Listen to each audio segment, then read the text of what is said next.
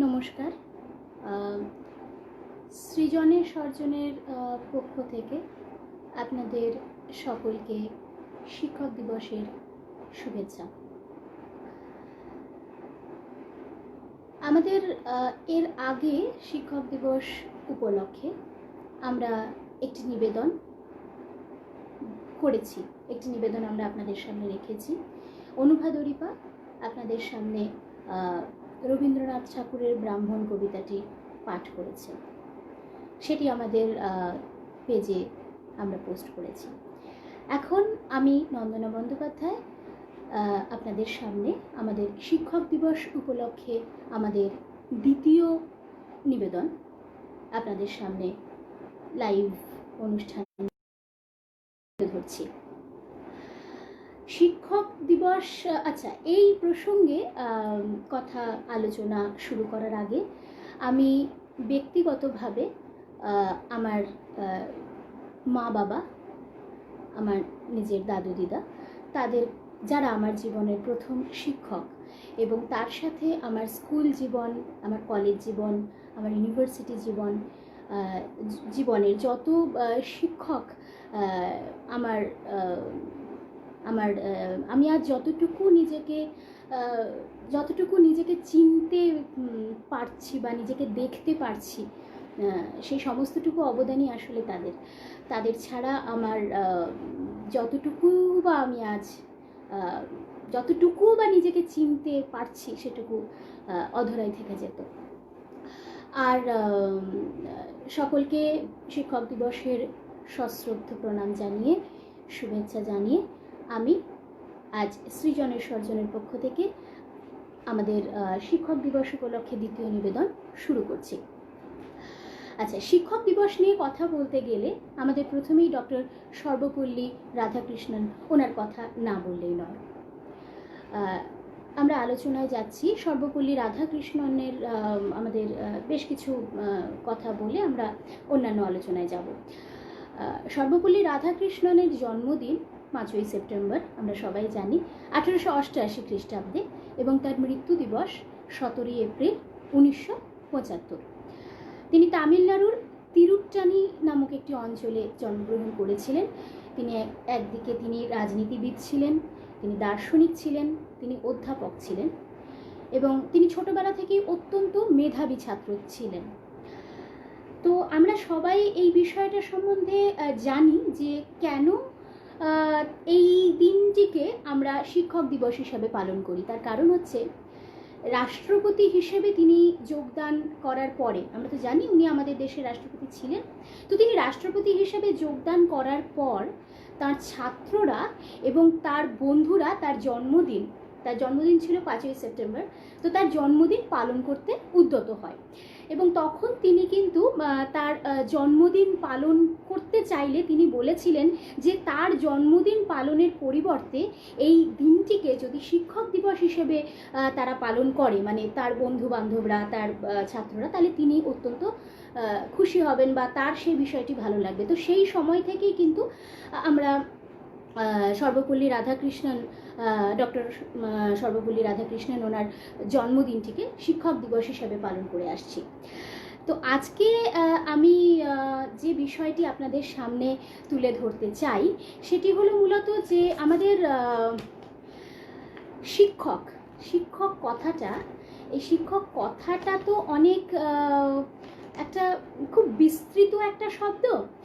আমরা সাধারণত শিক্ষক দিবস বলতে আমরা, এটা আমার সম্পূর্ণ নিজের ব্যক্তিগত একটা ভাবনা আপনাদের সঙ্গে ভাগ করে নেওয়ার জন্যই বলছি। সেটা হচ্ছে যে শিক্ষক কথাটা না, মানে অনেকটা পরিব্যাপ্ত, মানে এটার একটা বিশাল পরিসর আছে, কিন্তু আমরা সাধারণত শিক্ষক কথাটাকে একটা গণ্ডির ভেতরে আটকে রাখি। কীরকম না, শিক্ষক দিবস মানে হচ্ছে যে সমস্ত মানুষেরা বিভিন্ন শিক্ষা প্রতিষ্ঠানের সঙ্গে যুক্ত, কিংবা যেটা আমরা বলি কোচিং সেন্টার, টিউশন, যে সেই সমস্ত বিষয়ের সঙ্গে যুক্ত, সেই সমস্ত মানুষ যারা শিক্ষাকে একটা, মানে শিক্ষকতাকে আমাদের মানে একটা তার জীবিকা হিসেবে গ্রহণ করেছে, আমরা শুধু সেই মানুষগুলোকেই কিন্তু শিক্ষক বলি, কিন্তু আমার মনে হয় শিক্ষক কথাটা কিন্তু এতটা একটা গণ্ডিবদ্ধ কথা না। আসলে ওই যে একটা কথা আছে না, বিশ্বজোড়া পাঠশালা মোর সবার আমি ছাত্র, তো ব্যাপারটা হচ্ছে সবারই ছাত্র। শিক্ষক কথাটা এতটা সংকীর্ণও নয় যে একটা কোনো গণ্ডির ভেতরে তাকে আটকানো যায়। আসলে সবাই শিক্ষক, আমরা সবাই সবার থেকে কিছু না কিছু শিখি। তো সেই হিসেবে দেখতে গেলে শিক্ষক কথাটিকে শুধুমাত্র শিক্ষা প্রতিষ্ঠানের সঙ্গে যুক্ত গুটি কয়েক মানুষের ভেতরে আমরা সীমাবদ্ধ রাখতে বোধহয় নাও রাখতে পারি। তো যাই হোক, এটি আমার ব্যক্তিগত ভাবনা, সকলের সঙ্গে সেটা মিল নাও হতে পারে। যদি কিছু মনে হয় আপনাদের ভুল ত্রুটি, তাহলে আপনারা সেটা নিজ গুণে ক্ষমা করে দিতে পারেন, বা আপনারা সেটা নিয়ে কোনো বিচার বিশ্লেষণ করতে পারেন, বা আমার সঙ্গে কোনো যদি মনে হয় যে কিছু ভুল বলেছি আমায় জানাবেন। যাই হোক, এবার আমি সরাসরি ঢুকে যাচ্ছি আমাদের যে নিবেদন, সেটা হচ্ছে আজ আমি ভেবেছি যে শিক্ষক কথাটা তো আসলে শিক্ষার সঙ্গে জড়িত। তো আজ আমি আপনাদের সামনে একটু শিক্ষা, এই যে শব্দটা, এই শিক্ষা শব্দটাকে নিয়ে কিছু উপস্থাপনা করতে চাই। মানে এই শিক্ষা শব্দটাকে ভিত্তি করে আমি আজ শিক্ষক দিবস উদযাপন করছি, বা করব বলে ঠিক করেছি। আপনাদের সামনে আমার নিবেদন। শিক্ষা যে শব্দ, সেই শিক্ষা শব্দটা এসেছে শ্বাস ধাতু থেকে। এই শ্বাস ধাতুর মানে এই শ্বাস ধাতুর যেটা মানে, যে অর্থ, তার মানে হচ্ছে উপদেশ দান করা। আর এই উপদেশ দান করা, এটা হচ্ছে শ্বাস ধাতুর মানে। এবার শিক্ষা শব্দটাকে যদি আমরা একটু অভিধানে খুঁজতে যাই, তাহলে আবিধানিক অর্থে আমরা দেখব শিক্ষা মানে হচ্ছে অধ্যয়ন করা, জ্ঞান অর্জন করা, হ্যাঁ, কোনো কিছু শেখা, এগুলোকে অভিধানগতভাবে শিক্ষার আবিধানিক অর্থ যদি বলি শিক্ষার মানে তাই। এবার আমরা যদি একটু ইংরেজির দিকে যাই, আমরা জানি শিক্ষার ইংরেজি হচ্ছে এডুকেশন। তো এডুকেশন শব্দটা এসেছে কোথা থেকে? এডুকেশন শব্দটা এসেছে ল্যাটিন শব্দ এডুকো থেকে, যার মানে হচ্ছে পরিচালিত করা। অর্থাৎ শিক্ষা মানে আমরা বুঝতেই পারছি এমন কিছু যেটা আমাদের পরিচালনা করায়, মানে আমাদের পরিচালন করে, এরকম একটা বিষয়। তো যাই হোক, এবার আমি যে বিষয়টি বলছি মূলত সেটা হচ্ছে যে শিক্ষা বিষয়টি, এই যে মানে আমি বলতে চাইছি এই যে শিক্ষার বোধটা আমাদের মধ্যে এলো কেন, মানে কেন এলো, কোথা থেকে এলো, কি দরকার ছিল আসার, মানে শিক্ষা বিষয়টা কি করে আমাদের সঙ্গে অঙ্গীভূত হলো, সেই বিষয়টা বলতে চাইছি। আসলে একদম আমরা যদি একদম প্রাগৈতিহাসিক কালে চলে যাই, অনেক আগে, সেই প্রাগৈতিহাসিক যুগের থেকে একটু দেখা শুরু করি, তাহলে দেখব যে তখন সমাজের যে বয়স্ক মানুষেরা ছিলেন, মানে আমাদের তো প্রজন্মর পর প্রজন্ম বিভিন্ন হয়, যে মানে এক প্রজন্ম তারপরে আরেক প্রজন্ম, তো তখন সমাজের যারা বয়স্ক মানুষ ছিলেন, তারা তাদের অর্জিত জ্ঞান, তাদের অর্জিত মূল্যবোধ, তাদের অর্জন করা যাবতীয় কিছু আদর্শবোধ, তারা কিন্তু তখন চেয়েছিল তাদের পরবর্তী প্রজন্মকে সেই তাদের এই যে অর্জিত যে বিষয়গুলো, সেগুলোকে স্থানান্তরিত করতে।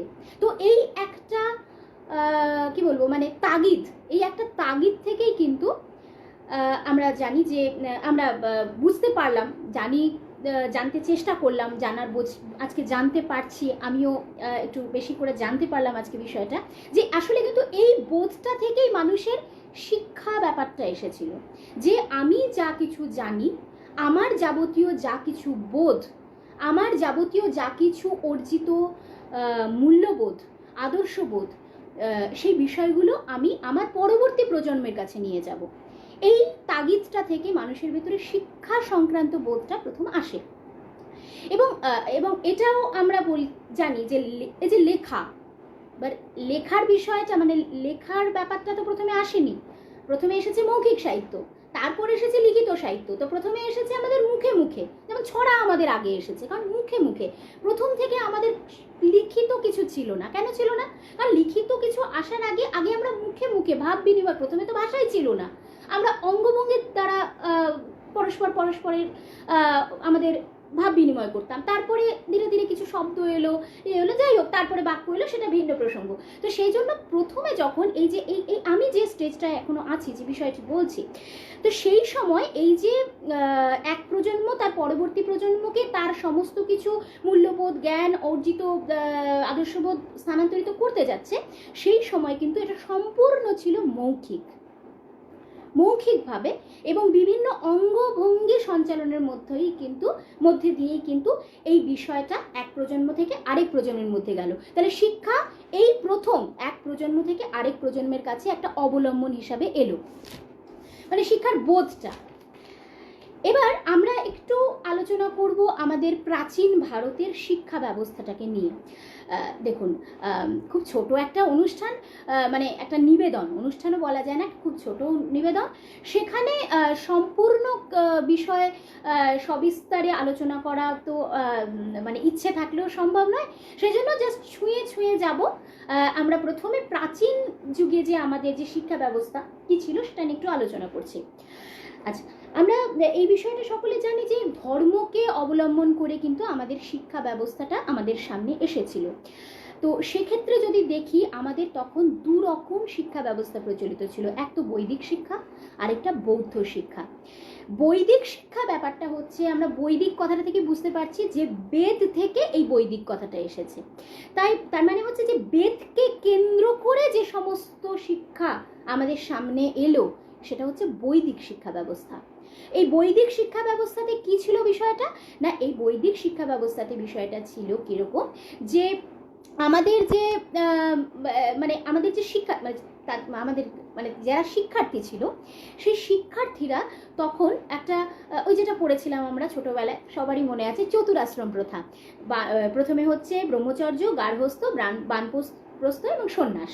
তো সেই চতুরাশ্রম প্রথায় প্রথম যে ভাগটা মানে হচ্ছে ব্রহ্মচর্য, এই ব্রহ্মচর্য ভাগটাতে তখন শিক্ষার্থীরা করতেন কি, শিক্ষার্থীরা তখন গুরুগৃহে যেতেন এবং গুরুগৃহে গিয়ে সেই আশ্রমে থেকে, যেটাকে তাদের তখন গুরুকুল বলা হতো, সেই আশ্রমে থেকে তারা শিক্ষা লাভ করত।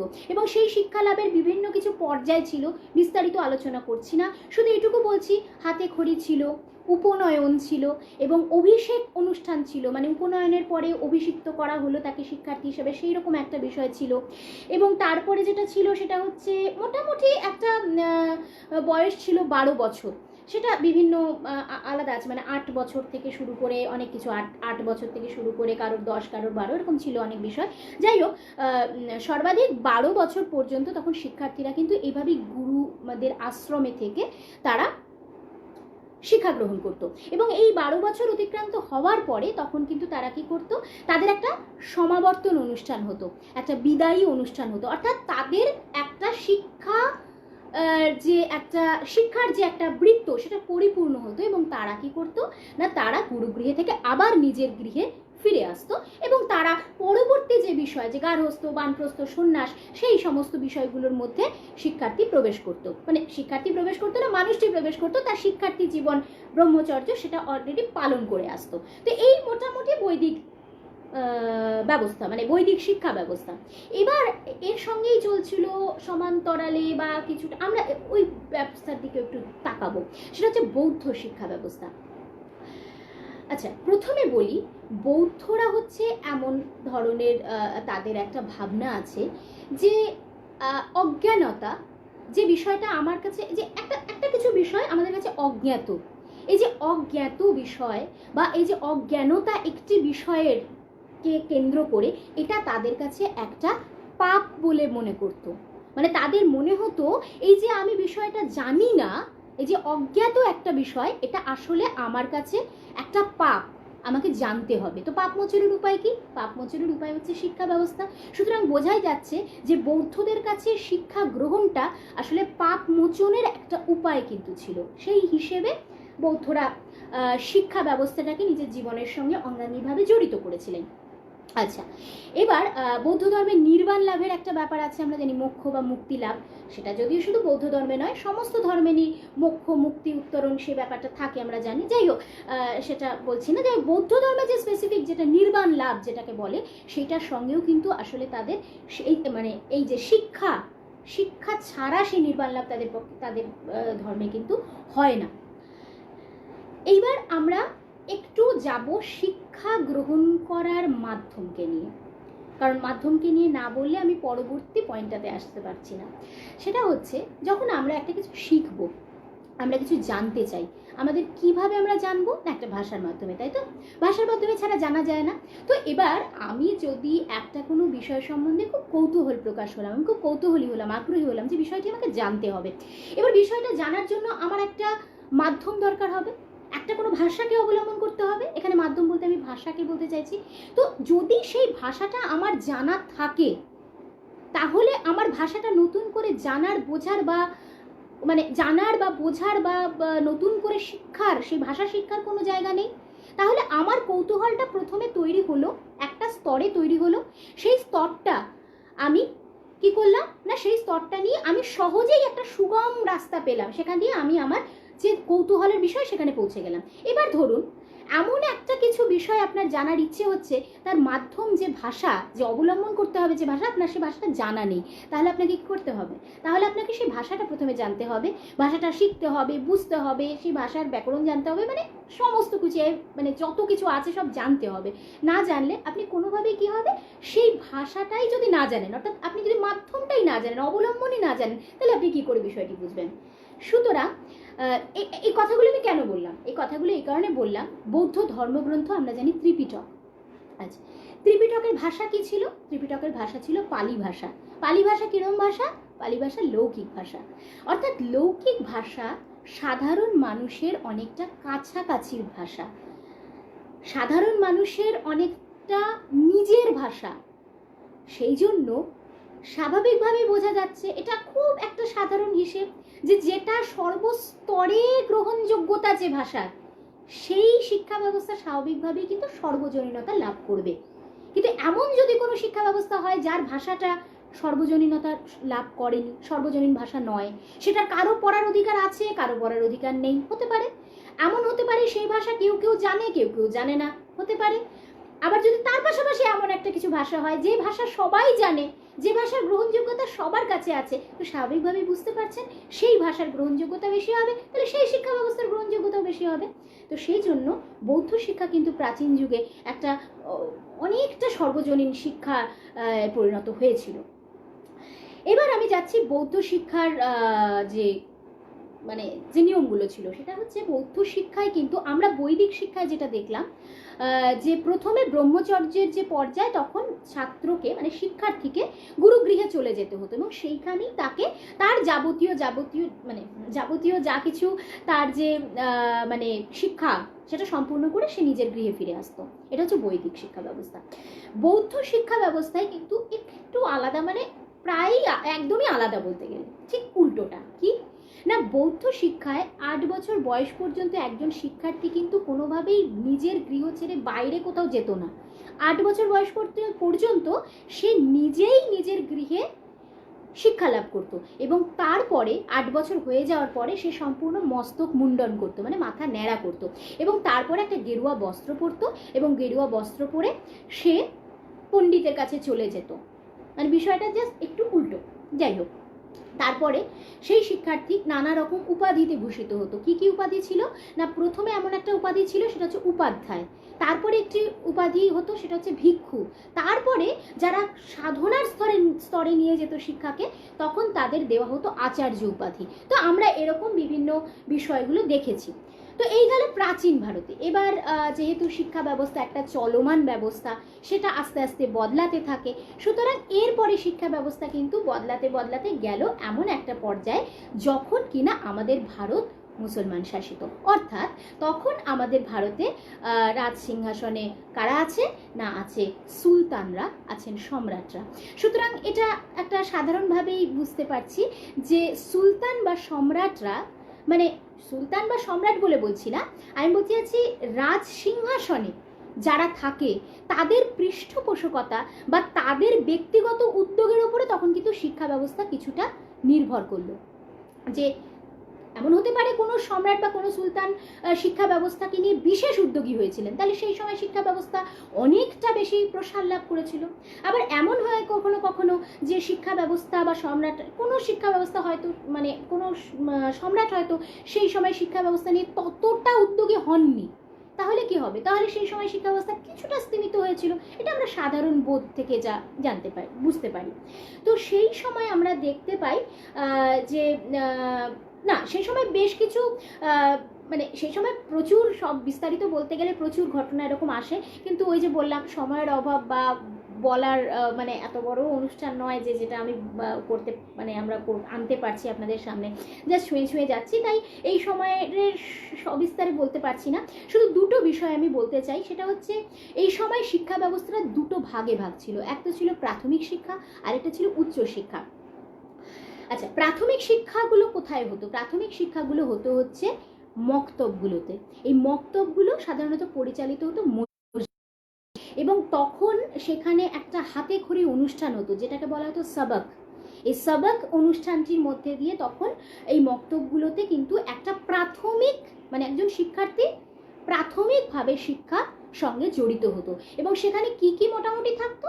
সেখানে থাকতো মোটামুটি কোনো কিছু লিখতে পারা, কোনো কিছু বুঝতে পারা, মানে লেখাটা পড়া, পড়তে পারা, সেটা সম্বন্ধে বুঝতে পারা, এবং বিশেষ কোনো হিসেব নিকেশ করা, সেই বিষয়গুলোই কিন্তু প্রাথমিক এইটুকুই সীমাবদ্ধ ছিল শিক্ষার্থীর।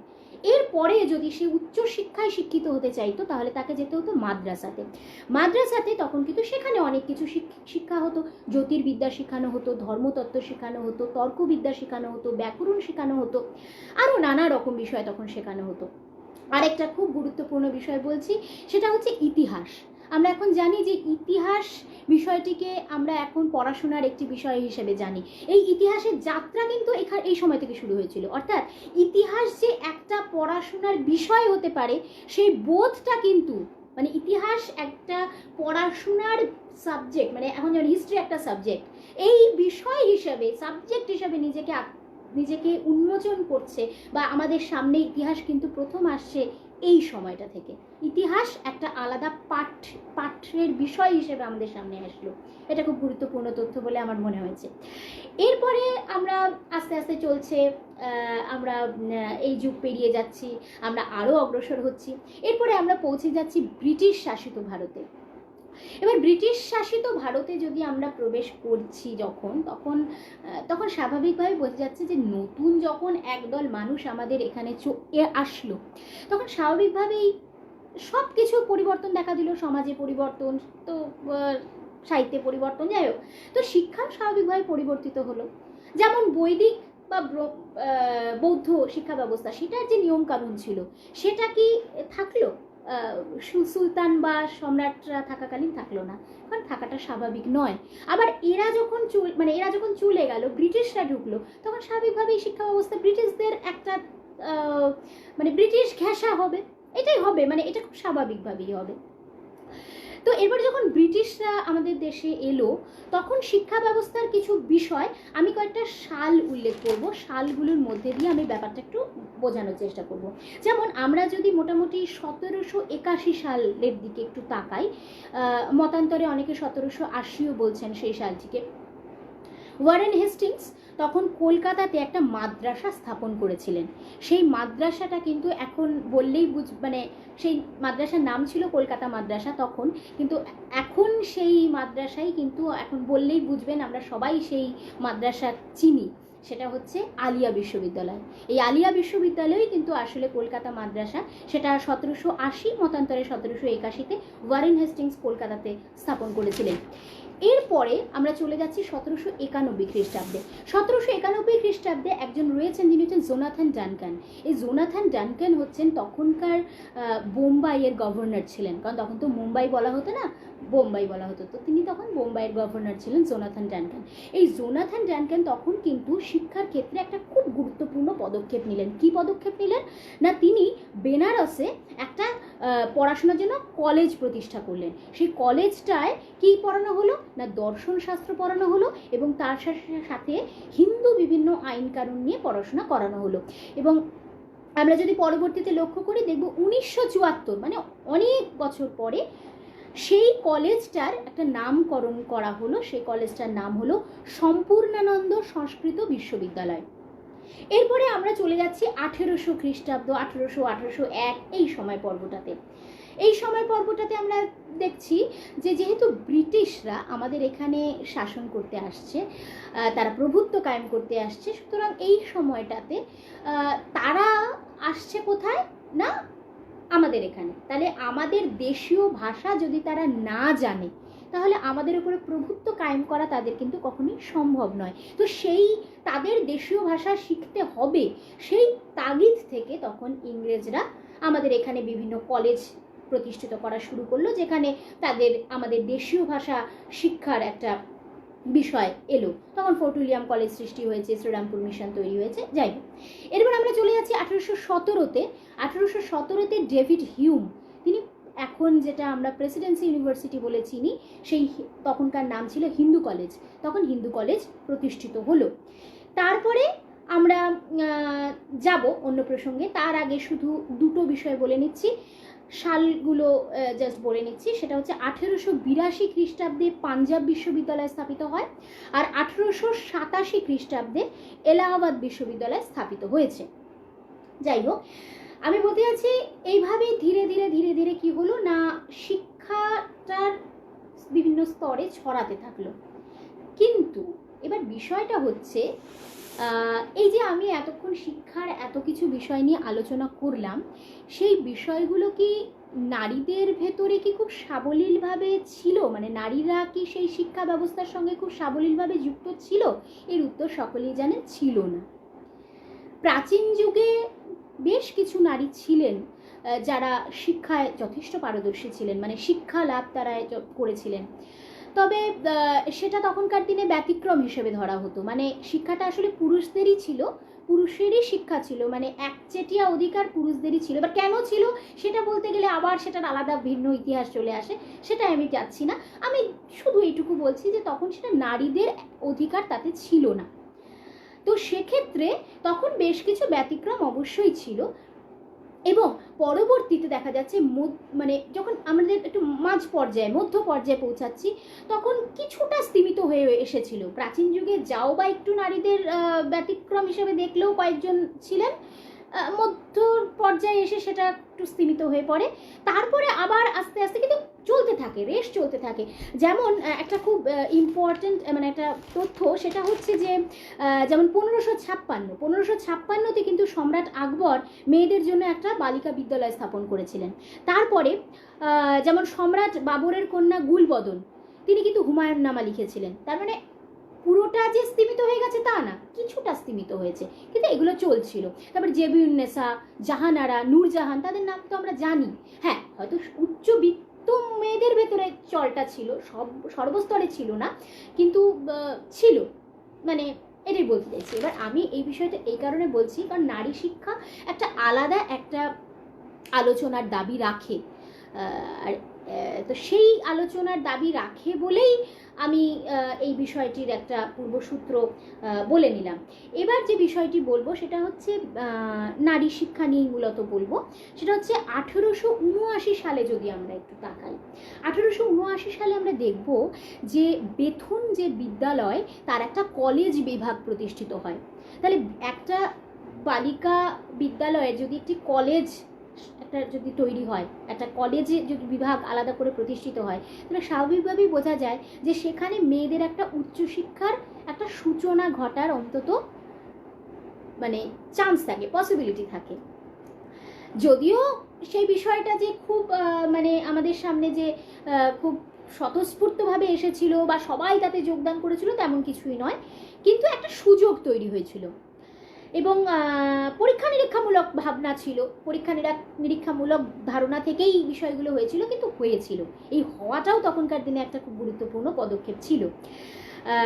তবে একটা জিনিস আমরা আবার লক্ষ্য করব যে 1813 খ্রিস্টাব্দে তখন কিন্তু কোম্পানির একটা সনদ তৈরি হয়েছিল, এবং তখন কিন্তু শিক্ষাক্ষেত্রে সেই সময় 1 লক্ষ টাকা, মানে বিশাল ব্যাপার, 1 লক্ষ টাকা কিন্তু তখন ব্যয়ের কথা শিক্ষাক্ষেত্রে, মানে শিক্ষা খাতে দেওয়ার কথা ছিল। কিন্তু শিক্ষা খাতে 1 লক্ষ টাকা দেওয়ার কথা হলেও তখন কিন্তু মেয়েদের শিক্ষার প্রসঙ্গে সেই বিষয়টা আসেইনি। মানে কোনো বালিকা বিদ্যালয়কে বা কোনো রকমের মেয়েদের শিক্ষার সঙ্গে জড়িত কোনো কিছুর সাথে শিক্ষার যে এই যে 1 লক্ষ টাকা শিক্ষার সনদ দেওয়া হলো খাতে, সেটার খরচ করার কথা বলা হয়নি। এটা বোঝাই যাচ্ছে যে মানে সাফল্য আবার সাফল্য নয়, দুটোর মাঝামাঝি একটা ব্যাপার। সেই জন্য আমি এই মানে তথ্যটা বললাম শুধু। তবে আবার দেখুন কীরকম আশ্চর্য বিষয় হচ্ছেও, কিন্তু 1814 থেকে 1818 ভেতরে চুঁচুড়াতে কিন্তু প্রচুর বালিকা বিদ্যালয় তৈরি হয়েছে। 1819-এ আমি এবার কিছু তথ্য দিচ্ছি। 1819-এ ক্যালকাটা ফিমেল জুভেনিয়াল সোসাইটি, সেখানে 10টি বালিকা বিদ্যালয় তৈরি হলো। 1821-এ মিশনারিদের উদ্যোগে কুমারী কুক বলে একজন, তিনি 8টি বিদ্যালয় তৈরি করলেন মেয়েদের জন্য। এবং 1822-এ আরও 4টি বিদ্যালয় তৈরি করলেন, বালিকা বিদ্যালয়। তাহলে হচ্ছেও না, আবার হচ্ছেও। দেখুন 1813-তে 1 লক্ষ টাকা এলো সরকারের কাছ থেকেই, কিন্তু মেয়েদের শিক্ষাক্ষেত্রে সেটা কোনোভাবেই খরচা হবে না, মানে সেটা হবে না উল্লেখ ছিল না, কিন্তু হবে সেটার উল্লেখ ছিল না। সুতরাং আসলে সরকার সেটা ধর্তব্যের মধ্যেই রাখেনি, কিন্তু হচ্ছে। অর্থাৎ এই যে পরীক্ষা নিরীক্ষামূলক এই বিষয়টা কিন্তু তখন চলছিল। এবং 1821-এ আমরা একটু যদি বাংলার বাইরে বেরিয়ে যাই, দেখব মাদ্রাজেও একটা বালিকা বিদ্যালয় স্থাপিত হয়। 1824-এ বোম্বেতে একটা বালিকা বিদ্যালয় স্থাপন হয়। তো যাই হোক, এরপরে এরকম চলতে থাকে। তারপরে আমাদের রামমোহন আসেন। রামমোহনের হাত ধরে তখন আমাদের শিক্ষা ব্যবস্থা আরও কিছুটা অগ্রসর হয়। এবং তখন ডিরোজিও পন্থী যারা রয়েছিলেন, মানে তখনকার দিনের আমরা জানি যেটা নব্য ব্যঙ্গ আন্দোলন হয়েছিল, নব্য মানে যাদের হিন্দু, যাই হোক সেটা আলাদা প্রসঙ্গ। মোট কথা আমি বলতে চাইছি যে ডিরোজিও পন্থী যারা ছিলেন, তারা যেরকম কৃষ্ণমোহন বন্দ্যোপাধ্যায়, রাধানাথ শিকদার, তারপরে রামগোপাল ঘোষ, তারা কিন্তু সবাই স্ত্রী শিক্ষাতে এগিয়ে এসেছিলেন। এরও একটা নিজস্ব ইতিহাস আছে, আমি সেই ইতিহাস উল্লেখ করছি না, আমি শুধু বিষয়টি উল্লেখ করছি। এবার একটা বিষয় আমাদের মানে আমরা সাধারণত এখনও সেই বিষয়টির সঙ্গে একটু লিঙ্ক করতে পারবো। আমরা সাধারণত যখন কোনো একটা কিছু বিষয় মানে সৃষ্টি হয় বা আবিষ্কার হয় বা একটা কোনো বিষয়কে নিয়ে আমরা খুব আলোড়িত হই, সেটা কিন্তু সাধারণত শহরকে কেন্দ্র করেই বেশি হয়। শহরকে ছাড়িয়ে কোনো শহরতলি বা মফস্বল শহরে সেই ঢেউটা বা আলোড়নটা যেতে কিন্তু প্রচুর সময় লাগে।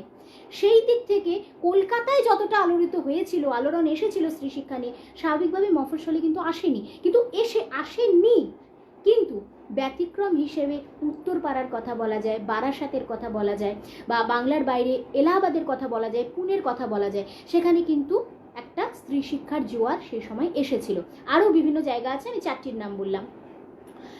এরপরে একটা বিষয় হয়, সেটা হচ্ছে যে 19 শতকে প্রথম মধ্যভাগে গিয়ে সরকার প্রথম একটা প্রয়োজনীয়তা অনুভব করে যে না, স্ত্রীদেরও মানে নারী জাতিরও একটু শিক্ষার প্রয়োজন আছে।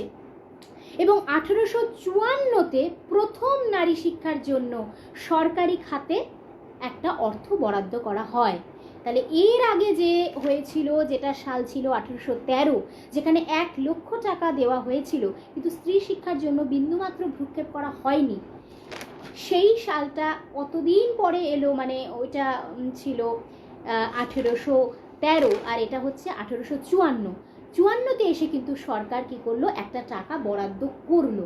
এই টাকাটা বরাদ্দ করলো, সরকার বুঝতে শিখলো যে না, স্ত্রী শিক্ষার প্রয়োজনীয়তা আছে। তারপরে আমরা চলে আসি 1855-56 সাল। বিদ্যাসাগর 40টি বালিকা বিদ্যালয় স্থাপন করলেন। এবং 1877 সালে প্রথম ক্যালকাটা ইউনিভার্সিটি একটা প্রবেশিকা পরীক্ষা, যেটা অ্যাডমিশন টেস্ট আর কি, সেটা প্রথম মেয়েদের জন্য চালু করলো। এবং 1879 সালের পর থেকে কিন্তু মেয়েদের যে উচ্চশিক্ষায় যাওয়ার যে বিষয়, সেই বিষয়টা অনেকটা সাবলীল হলো আমাদের কাছে। যদিও মানে এখনকার বিচারে যদি আমরা বলি, তাহলে সেই সাবলীলতাটা অবশ্যই আমরা সেই সময় আমরা পাইনি, বা সেই সময়ে সেটা হয়নি। খুব স্বাভাবিকভাবেই সেটা খুব ধীর পদক্ষেপেই হয়েছে। তবে সেটা একটা আমাদের কাছে সাফল্য বলা যেতে পারে। 1879 সালের পর থেকে একটা মোটামুটি বিচরণ শুরু হয়েছিল, যে না, তখন অন্তত কেউ চাইলে যেতে পারছে। আগে চাইলেও যেতে পারতো না, এখন চাইলে যেতে পারছে, সেই জায়গাটা সেই তৈরি হলো। তাহলে দেখা যাচ্ছে মোটামুটি এইভাবেই শিক্ষা আমাদের ভেতরে প্রাচীন যুগ থেকে আস্তে আস্তে আমাদের মধ্যে ছড়িয়ে পড়লো।